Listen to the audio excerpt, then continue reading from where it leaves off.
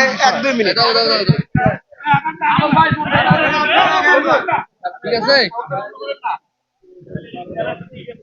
সরকারি কর্মকর্তাদের বৈঠকে বার্তা দিলেন। ঠিক আছে, আমাদের তো নির্বাচনের ইস্তেহার আমরা জনগণকে দিয়েছিলাম, সেই ইস্তেহার জনগণ গ্রহণ করার কারণে বিপুল ম্যান্ডেট দিয়েছে বিএনপিকে। বিএনপির যে নির্বাচনী ইস্তেহারের অগ্রাধিকার ভিত্তিতে খাল খনন, ফ্যামিলি কার্ড, কৃষক কার্ড, কৃষি ঋণ মৌকুব, এগুলোর ব্যাপারে অগ্রগতি নিয়ে আমরা আলোচনা করেছি এবং বিশেষ করে লালমনিরহাটকে আমি আলোকিত করতে চাই। সামাজিক অপরাধ যেগুলো, বিশেষ করে মাদক, ক্যাসিনো, বাল্যবিবাহ, যৌতুক, এগুলোর বিরুদ্ধে আমরা কিছু মেসেজ দিয়েছি। ওনাদের যে 180 দিনের কর্মসূচি আমি দিয়ে গেছি, সেটার কিছুটা ফলো আপ করলাম। সামনে আবার বসে দেখবো কাজের কতটুকু অগ্রগতি হয়েছে।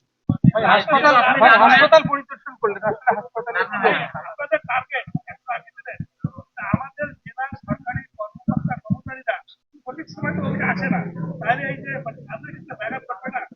না, এটা তো অবশ্যই হবে, কারণ মাননীয় প্রধানমন্ত্রী যদি 9টার সময় অফিস করতে পারে, এখন উপজেলা জেলা লেভেলে যদি কেউ না করে, এই গড়িমসি থাকে, আমাদের কাছে তথ্য থাকলে অবশ্যই তাদের বিরুদ্ধে ব্যবস্থা গ্রহণ করা হবে। আর সবচেয়ে ভাইয়া, সেটা হচ্ছে আপনি বিমানবন্দর তো আজকে যাবেন, পরিদর্শনে যাবেন, আমরা তো সেখানে প্রবেশ করতে পারবো না। বিষয়টা হচ্ছে কোনো পরিকল্পনা আছে কিনা বিমানবন্দর নিয়ে? এটা তো করবে বেসরকারি বিমান পরিবহন মন্ত্রণালয়।